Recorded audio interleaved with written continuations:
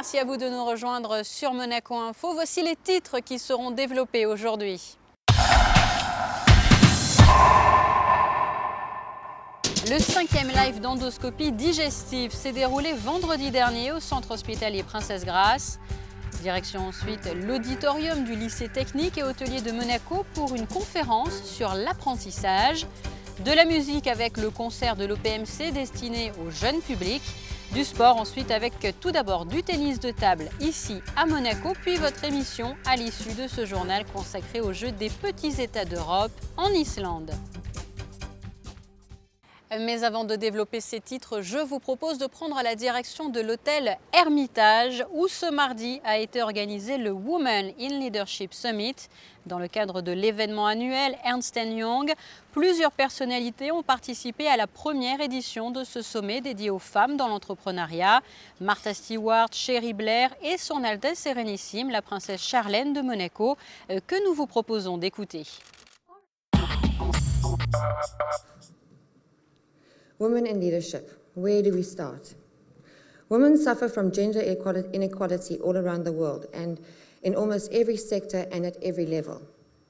Everywhere we look, we find striking imbalance in responsibilities, salary and career progress. A double standard applies to women aspiring to leadership positions. They have to work harder and to prove themselves more than men for the same posts. Fighting gender discrimination is a battle women cannot afford to lose. We owe it to our generation and to the next. The perception that somehow men are automatically better and deserve more than women finds its roots deep in our collective beliefs and value systems. In changing this terrible bias, education stands to play a vital role. Very early on, children should learn that talent, abilities, and achievements are not reserved to boys. Girls should acquire and develop self-esteem, motivation, mental strength, teamwork skills, and leadership abilities. This is why sport is key in empowering girls to become tomorrow's leaders in all fields. Today, 96% of all women holding top leadership positions had played sports during their educational cycle. Voilà, et puis sachez que nous suivrons l'événement Ernst & Young pour vous en fin de semaine. Santé à présent avec ce reportage réalisé dans le cadre du 5e live d'endoscopie digestive. Nous nous sommes rendus pour cela, vous vous en doutez, du côté du centre hospitalier Princesse Grace. D'un côté, des praticiens dans l'amphithéâtre Loup-Clapasse, de l'autre, des experts et médecins du CHPG qui réalisent dans le service de gastro-entérologie des endoscopies. Premier constat, une certaine distance géographique.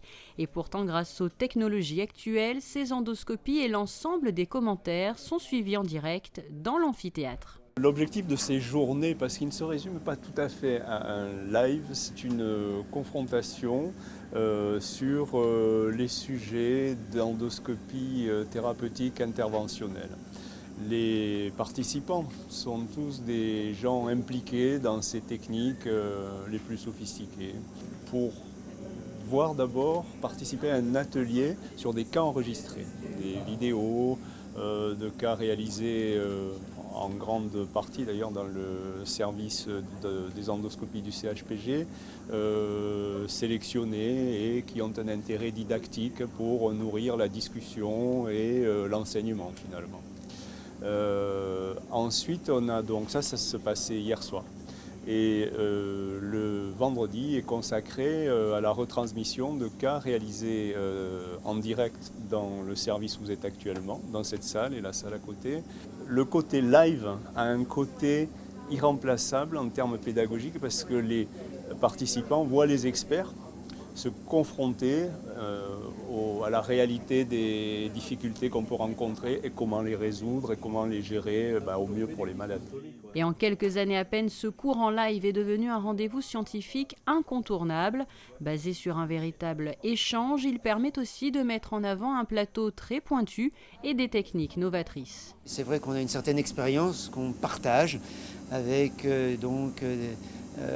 des invités qui viennent de partout en France et on décrit donc des nouvelles techniques mais aussi notre expérience dans les cas difficiles Et donc toute la difficulté a été en amont de recruter des patients difficiles à présenter, des patients qui sont difficilement traitables dans d'autres établissements et qui viennent se faire soigner au CHPG puisqu'on est un centre de référence pour toute la région. C'est toujours motivant de travailler pour ce genre de show. Ça permet de motiver l'équipe, de motiver effectivement la direction sur un projet de service. Ça montre l'investissement de l'équipe dans la prise en charge des maladies de l'appareil digestif et en particulier en endoscopie. Et voilà, je crois que c'est très très intéressant de ce point de vue-là. Ces endoscopies ont même été suivies bien au-delà de l'amphithéâtre Luc Lapace puisqu'elles ont été diffusées en streaming dans plusieurs pays. Les difficultés d'apprentissage. Voici le thème de la conférence qui a été donnée lundi soir au lycée technique et hôtelier. Une soirée organisée par l'association des parents d'élèves de Monaco, soirée à laquelle a assisté Fabien Bonilla. Il vous en dit plus dans ce reportage. Parents, élèves, professeurs ou chefs d'établissement, toutes ces personnes étaient réunies pour suivre cette conférence dans l'auditorium du lycée technique et hôtelier. Ce thème intéresse en règle générale tous les parents, les difficultés d'apprentissage ou comment les déceler et trouver des solutions. Ce soir, il y a deux conférenciers. D'abord, ça passera Madame Borot de l'Éducation nationale qui nous expliquera tous les aménagements qu'ils ont mis en place depuis un an et demi. Et il y a le professeur Richelme qui vient de l'hôpital de l'Archer à Nice. C'est le chef du centre de référence des difficultés d'apprentissage. En moyenne, à travers le monde, les difficultés d'apprentissage touchent 5% des enfants scolarisés. Ce soir, le message qu'on souhaite faire passer, c'est qu'il y a des dispositifs aujourd'hui qui sont mis en place dans l'école, de la petite section de maternelle jusqu'à la terminale, pour aider les élèves qui ont des fragilités. Et ça, dans un très large spectre, de la difficulté scolaire, simple, passagère et courte dans le temps, jusqu'au handicap et à des difficultés beaucoup plus lourdes. Donc nous accompagnons ces élèves sous la forme de dispositifs qui sont centrés vraiment soit sur l'élève et à ce moment-là qui sont complètement personnalisés, ou alors des dispositifs qui sont centrés sur un groupe d'élèves et plutôt ciblés sur une compétence déficitaire particulière. Cette conférence était organisée par l'Association des parents d'élèves de Monaco en collaboration avec la Direction de l'Éducation nationale de la jeunesse et des sports en présence du conseiller de gouvernement pour les affaires sociales et la santé. Restons avec la jeunesse puisque José Sacré a suivi le dernier concert en date de l'Orchestre Philharmonique de Monte-Carlo destiné au jeune public. Un concert qui s'est déroulé à l'Auditorium Régnier 3. Extrait du Bourgeois gentilhomme, la marche pour la cérémonie turque.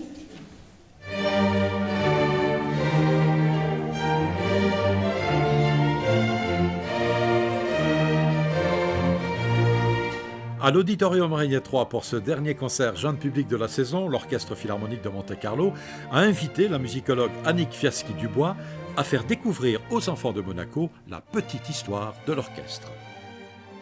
C'est une très longue histoire qui commence à la Renaissance, donc cet après-midi musical, c'est un petit format d'1 heure où on écoutera beaucoup de musique parce que l'essentiel c'est d'entendre la musique mais de l'entendre un petit peu différemment. Donc ils vont peut-être découvrir que cet orchestre, eh bien, petit à petit il s'est constitué, il y a eu des familles d'instruments qui sont arrivées, donc il y a deux grandes parties en fait, il y a une petite histoire de l'orchestre et puis ensuite une petite description des pupitres pour que les enfants découvrent eh bien, qu'il y a des pupitres très variés, qu'il y a des couleurs et qu'en fait le chef d'orchestre c'est comme un peintre qui aurait une palette et qui découvrirait toutes les couleurs des instruments avec lesquels il va jouer. Le mieux, c'est l'illustration musicale. C'est pour rendre vivante cette illustration musicale et en même temps pour que les enfants aient goût à aller au concert et s'aperçoivent que derrière, il y a une grande histoire qui se présente et que c'est une histoire aussi intéressante qu'une histoire de fées et de princesses. Simplement, ça concerne les instruments. Donc on va partir de Monteverdi, on va aller jusqu'à Richard Strauss.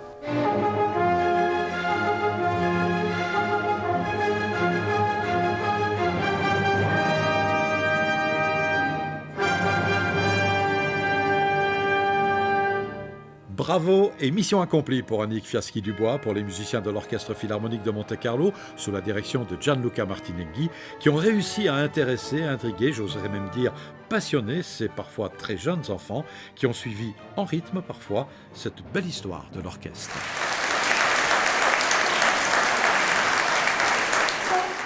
Et du sport à présent, avant de retrouver votre émission consacrée aux Jeux des petits États d'Europe, place à du tennis de table, ici en Principauté. Vendredi dernier se sont déroulées les finales du championnat de Monaco, marquant ainsi la fin de la saison. Dominique Poulain les a suivis pour vous.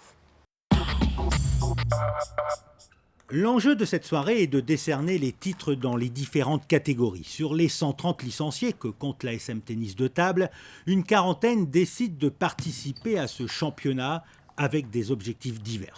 Soit pour le plaisir, soit pour monter sur la plus haute marche du podium. Mais forcément, ce sont les meilleurs pongistes qui se retrouvent autour de la table de jeu. Anthony Peretti, ici à droite de l'écran, remporte le titre en simple messieurs en battant Damien Provost, le champion sortant. Mais il a fallu 5-7 pour départager les deux pongistes.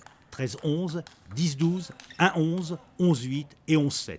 Une finale qui restera sans doute dans les annales du club de par son intensité et de par son scénario incroyable. Les joueurs ne retiennent pas leur coup et assurent le spectacle.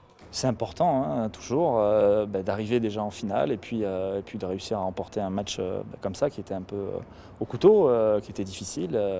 Ça me fait plaisir d'être champion de Monaco encore une fois. Et oui, c'est toujours quelque chose. Une finale, une pression, ça s'aborde de manière différente. Et c'est vrai qu'aujourd'hui, ça a été un beau combat contre mon partenaire de club. Arrivé à la SM Tennis de Table il y a 4 ans, Anthony Peretti décroche son 3e titre sous les couleurs monégasques.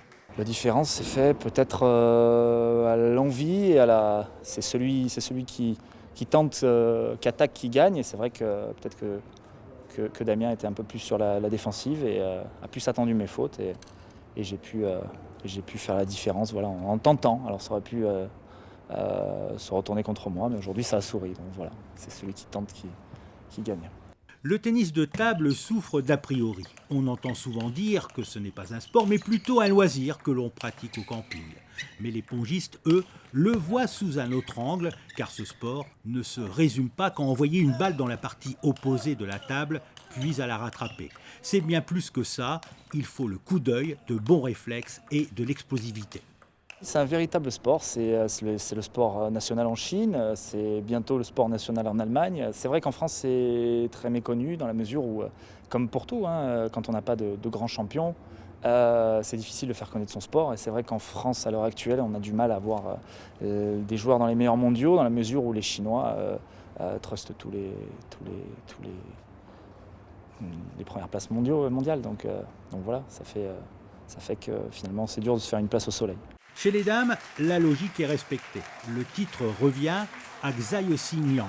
Cette jeune femme de 27 ans l'emporte face à Lorraine Riley en 3-7, 11-4, 11-4 et 11-4. Difficulté, c'est qu'il faut rester toujours concentré, il ne faut pas lâcher un point, il faut quand même jouer sérieusement. Donc voilà. Ouais. 44e mondiale, Xiaoxing Yang était la grande favorite de la finale après avoir gagné l'an dernier le Pro Tour de Croatie et après avoir été finaliste du Pro Tour de Belgique ou encore quart de finaliste des Pro Tours du Qatar et d'Espagne. Un beau palmarès pour cette pongiste qui pratique la discipline depuis plus de 20 ans. J'ai commencé en Chine quand j'étais petite, donc quel âge ? 6 ans. Quand j'avais l'âge de 6 ans, j'ai commencé.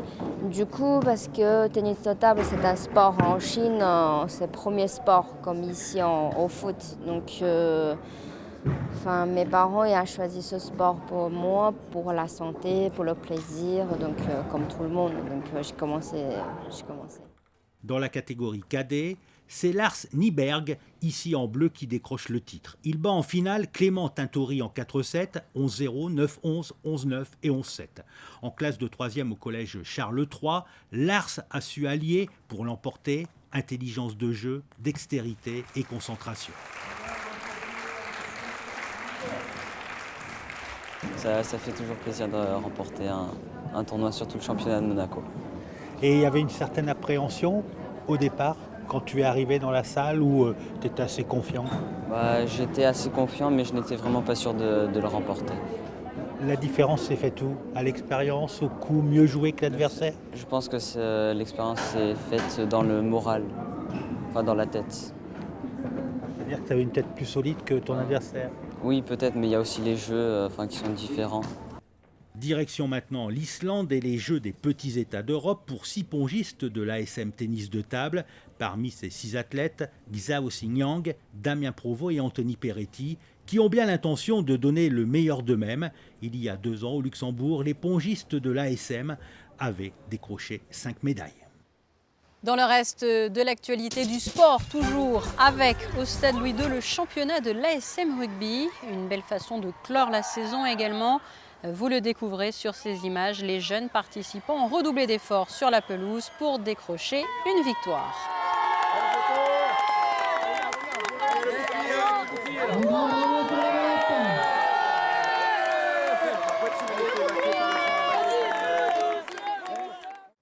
Et avant de clore cette édition, une idée lecture avec cet ouvrage qui vient de paraître. Il est signé Dominique Chagnolot de Sabouret.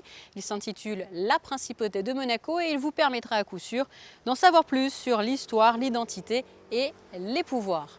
Sans transition, je vous propose à présent de passer à vos prévisions météo. Mercredi, grand ciel bleu, de rares nuages dans l'après-midi, comptez jusqu'à 24 degrés pour les maximales. Jeudi, une belle journée également en avance sur le calendrier, poursuite de la hausse des températures avec 25 degrés au milieu de l'après-midi. Et puis vendredi, un temps sec et bien agréable, un soleil chaud. Samedi, prolongement de la période de temps sec et beau, température comprise entre 20 et 25 degrés.